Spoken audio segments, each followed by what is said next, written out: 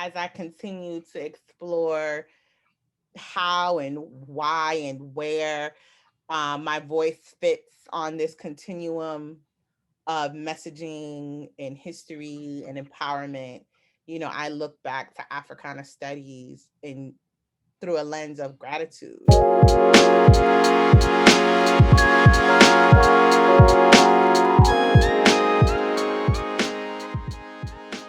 A lot of people, when you say edutainment, you think of something super corny, like, but it's like, Golden Girls was educational. Yeah. And it was funny. It's still funny. I was just watching it this morning. Like, the one episode I learned about, you know, the lack of government subsidy for senior citizen homes. I learned about cosmetic surgery and self-esteem. I learned about um, addiction to prescription drugs, right? Like there's so many ways that education and storytelling can come together and really spark conversations in ways that are critical today without it being so didactic. Right. Thanks again for joining me, giving me some of your time. Thanks for having me. I guess we should start with your name and then that lovely overview of everything that you do. Okay. So my name is Tamika Guishard, and I am class of '02, and I am a pedagogical storyteller, meaning I operate at the crossroads of education and media. So essentially, I'm a nerdy filmmaker. I'm trained as a filmmaker, but media is all encompassing. So a lot of my work is interdisciplinary, and I am now kind of more into new media, but essentially, like my gigs are I am a full-time director of communications and development at an organization called Mastery Transcript Consortium, which is a movement to essentially abandon grades and test scores as the main litmus for a child's story in education, and affording them tools, digital tools in this case, to tell their own stories. I'm really big on mainstreaming marginalized voices, whether it's that of youth, that of Black and Indigenous folks, and that shows itself in my production company as well. So that is my other primary gig. I am the founder of Guishard Films, which is a production company that, yeah, like, it's where filmmaking meets pedagogy, essentially. So as a creative, I write and direct fiction and nonfiction work that is kind of counter to the mainstream narratives that we know and see, and really is through a lens of social studies. I was a social studies teacher, so you'll always find some element of civics or history, humanities in my work.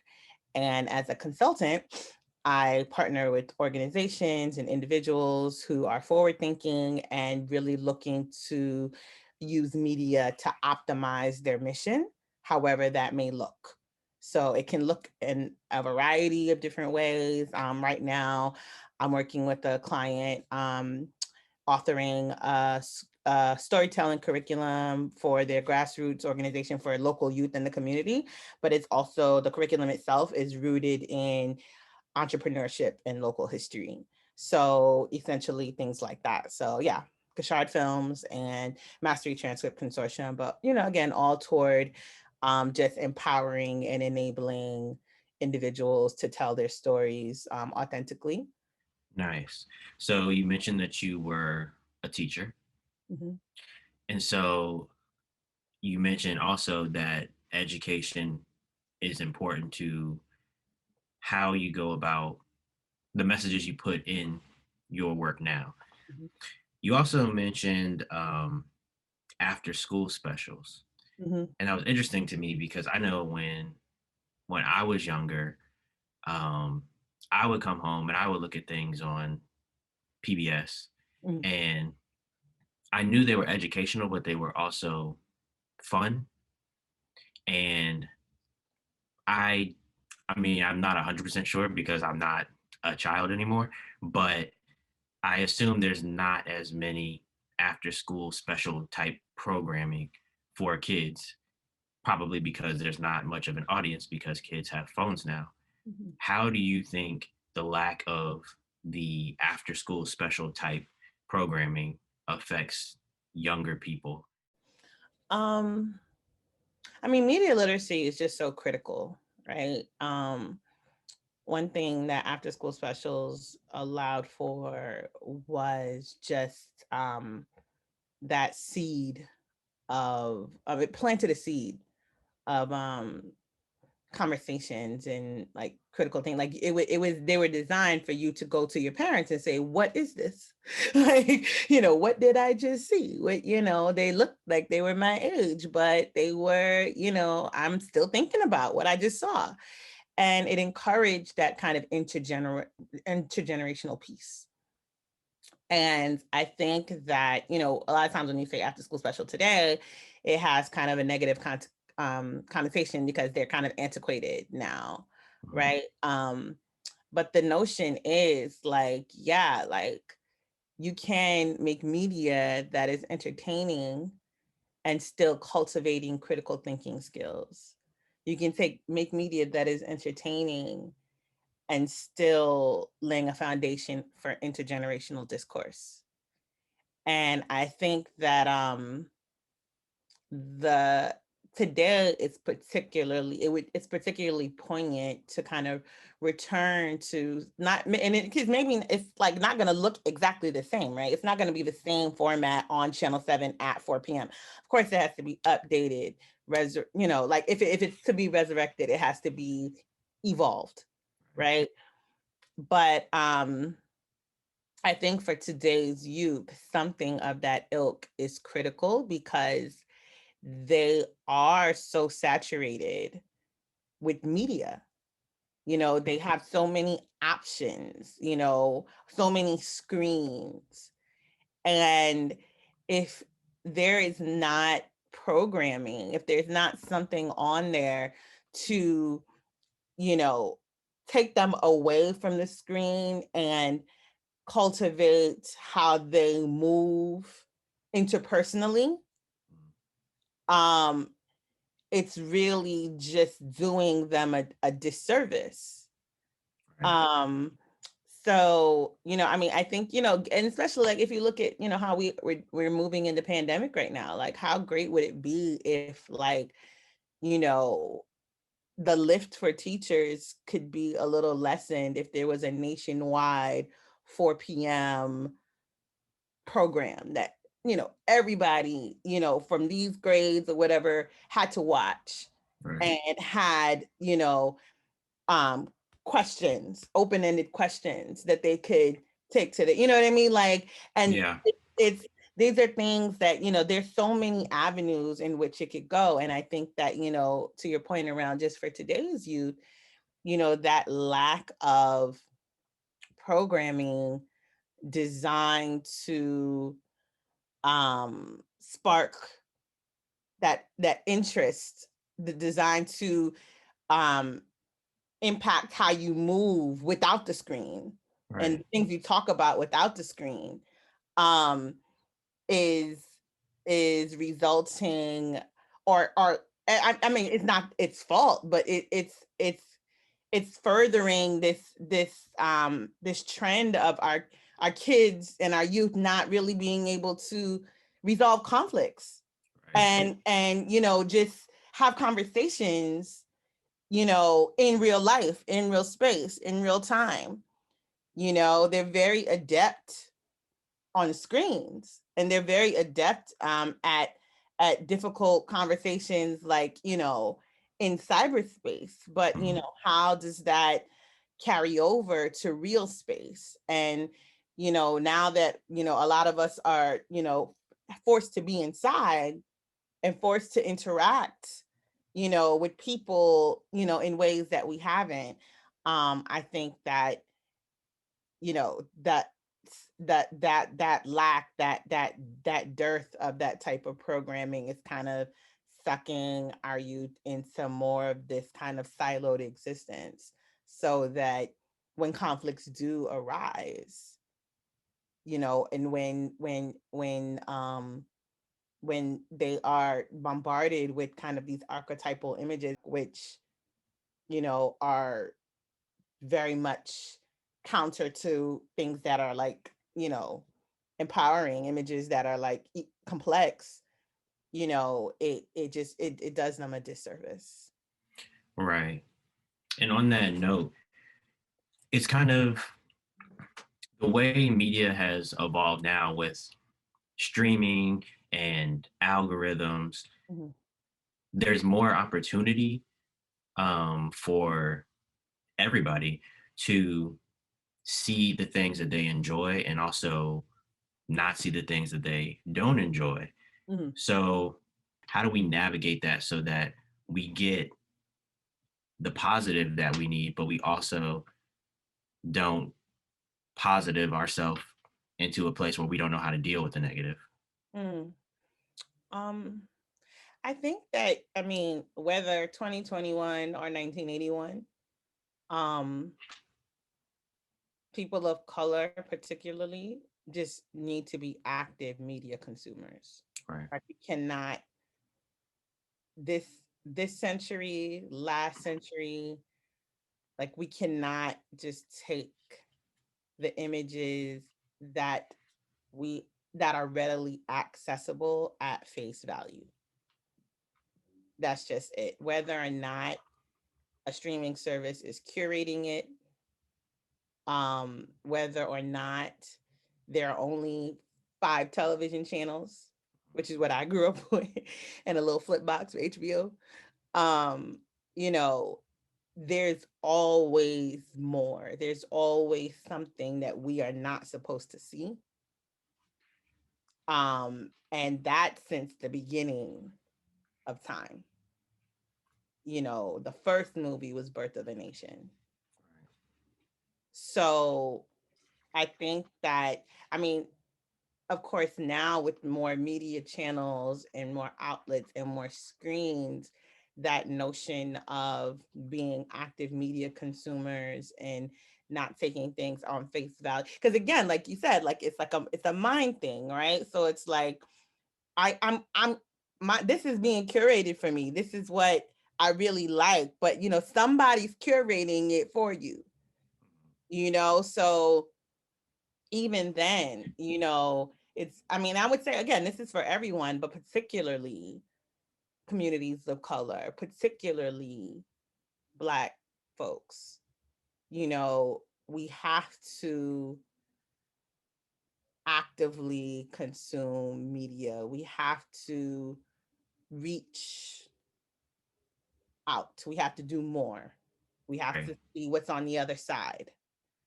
And I think that that truth um, stands irrespective of what technological age we're in. Right. Um, you know, I think of a friend of mine who, you know, she has a 9-year old, well, he'll be 9 soon, and a 6-year old and a 2-year old.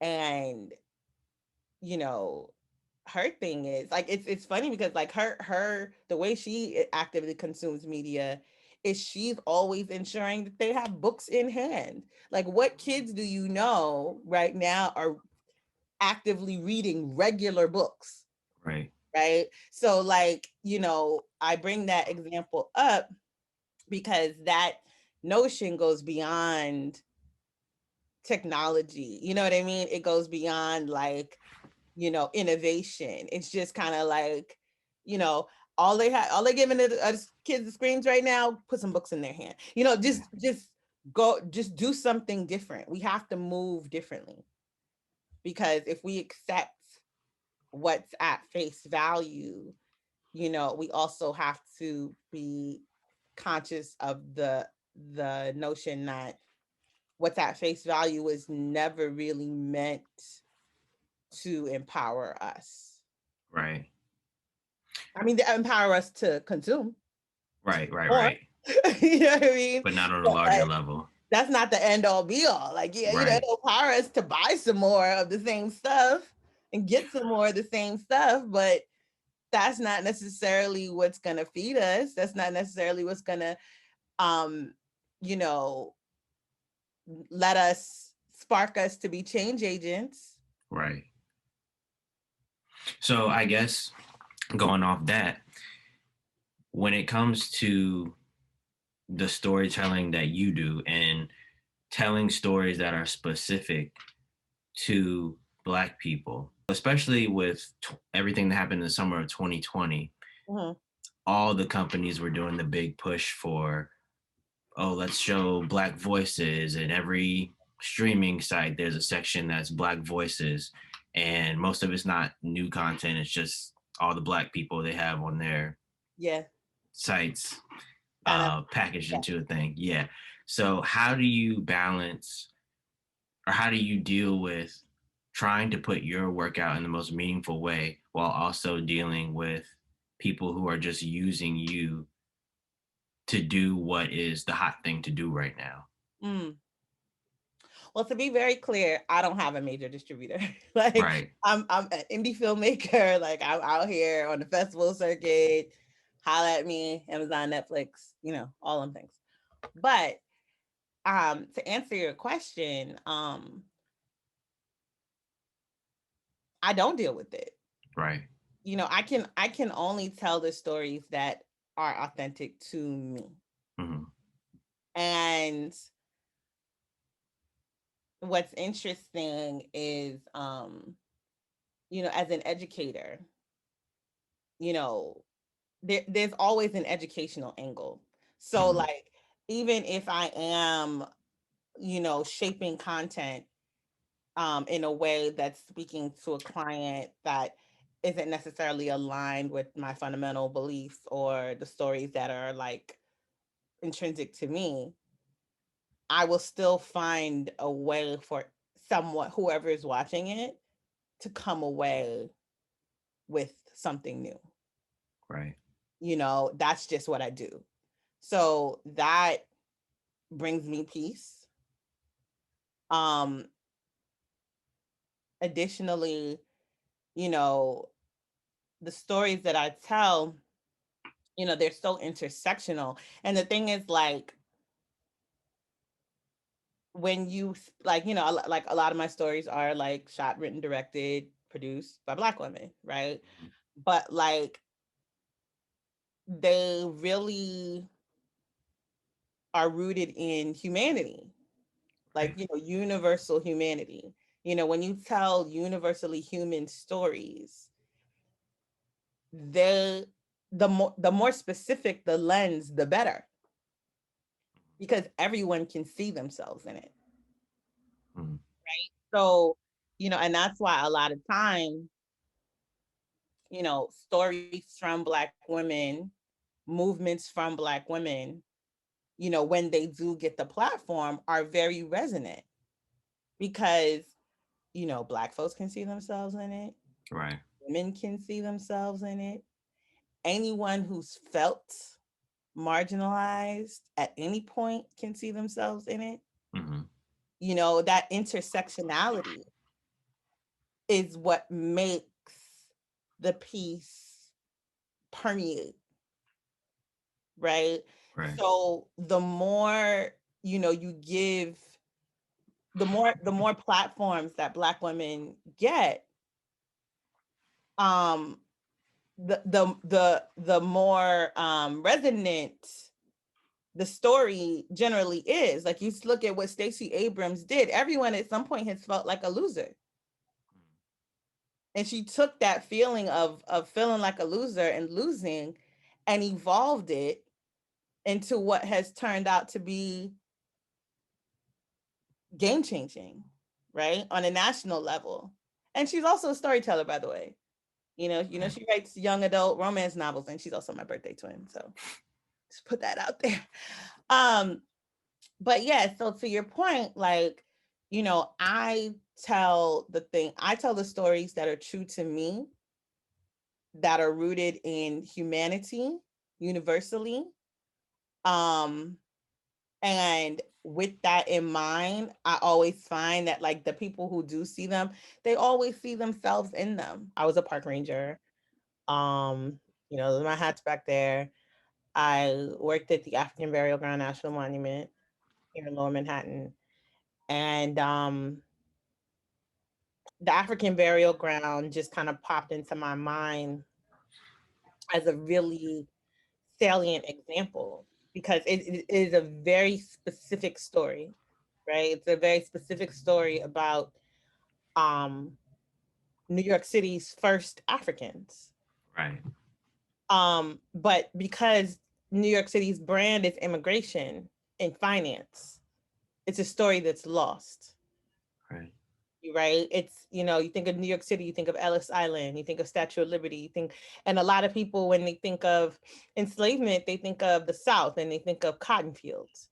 But in Hmm. New York, construction is Black people that built New York. But again, like the microcosm for like it's not being on brand, right? Like that's why the reason, like for our country, to set up no genocide, no commissions against genocide, and against enslavement, unlike other countries that have committed atrocities, because it's not on brand for us. Right. And similarly with New York, it's really not on brand to really recognize how pivotal Africans were to the establishment of the greatest city on the planet. So I have a number of projects that are rooted at the African burial ground, like the one you saw, Black. It ends there. Hmm. Um, and in that story, although it's a very specific story, it's such a human story because everyone has lost someone, right? Everyone has lost someone, everyone has grieved, everyone has felt like the person that they lost, you know, while so personal to them, has been forgotten by the world. Right. Like, why isn't everyone pausing for this? And in that story of the African burial ground, you find all of these, again, universal human elements around grief and resilience because it was the descendant community in New York that fought to preserve the site because it was being dug up in 1991 and the federal government was just going to keep the construction going, right? And it took 2 years of protests by the descendant community here in New York for them to like preserve this little 1/3 of an acre where 419 ancestors are laid to rest as the epicenter of 15 to 20,000 Africans buried in the area. And this is right underneath the Law and Order steps, the City Hall, right?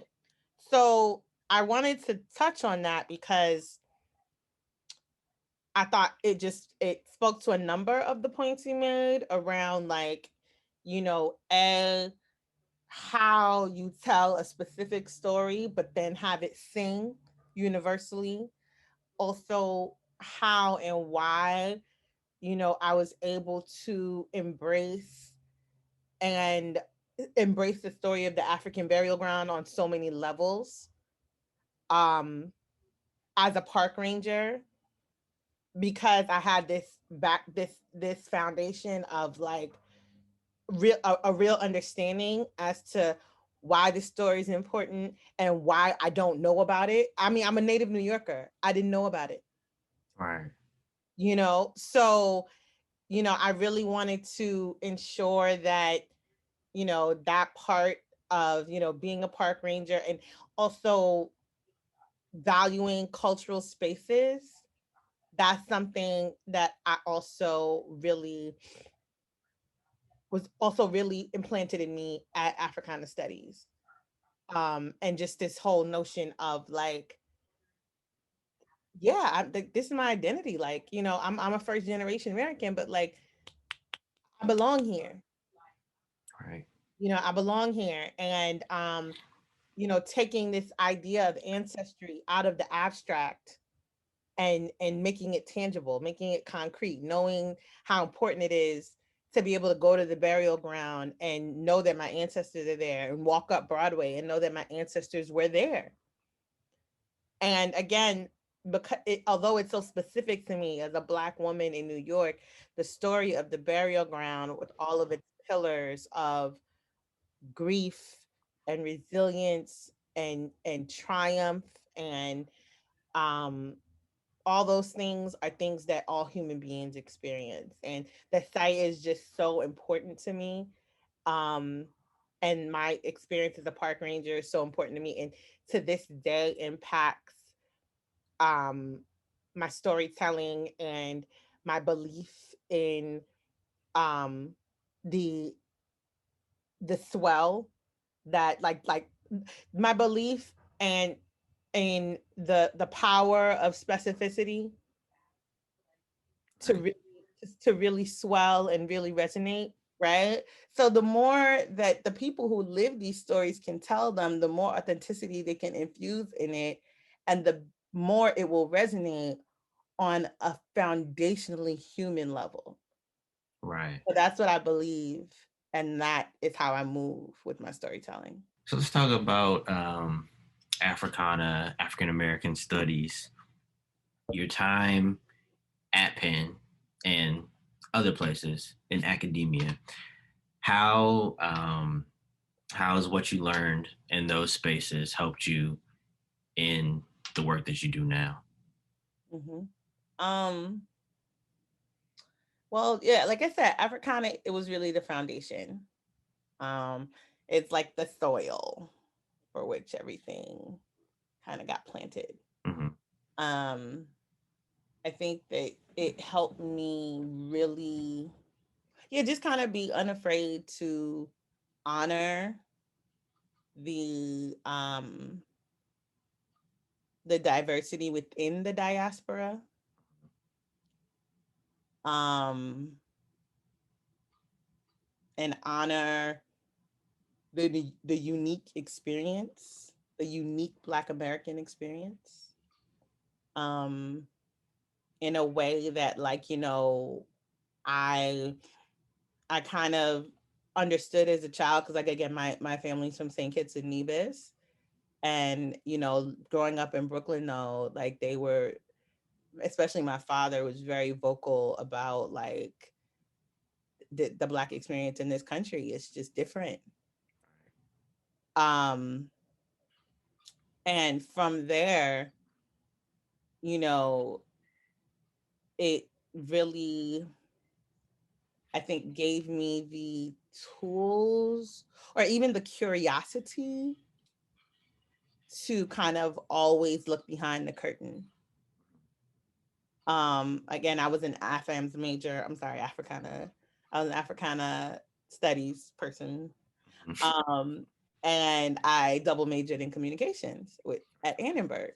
So it was just this synthesis of, like, okay, this is the existence, this is how it's formulated, and these are the messages. And this is, it really kind of opened my eyes to how, why, where, what we see and get the messages that we do, how we show up, you know and who is telling them, and why, and where, what, like, to calibrate my voice within that.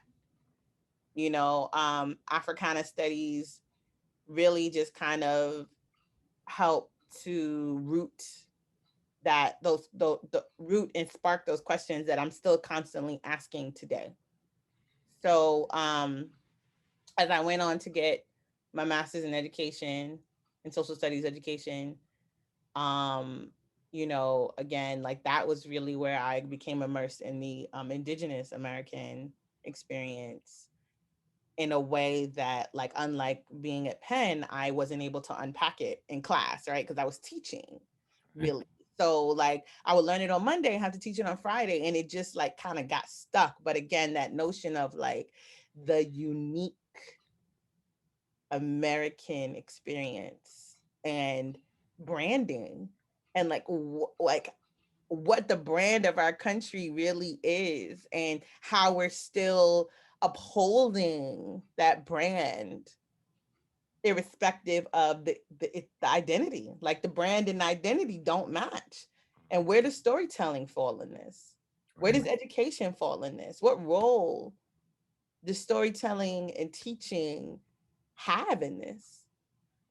Right? So, you know, diving deeper into Indigenous American experiences, juxtaposing Indigenous and Black experiences, and then moving to film school, where it's just like, okay, now I'm garnering a skill set that will allow me to really insert my voice here and and bring together pedagogy and messaging in a way that is entertaining. In staying true to my humanness and staying true to my unique voice, you know, not only will I be able to, you know, shine a light on stories that have not been told, but also empower others to tell their stories. Like that's really what I live for. Cool. Well, thank you for your time. Thanks for the conversation. I feel like we could go on for hours, but I will cut it off now. Yeah, so thank you. Have a great day. Thank you. Too. Thank you. Bye. Bye.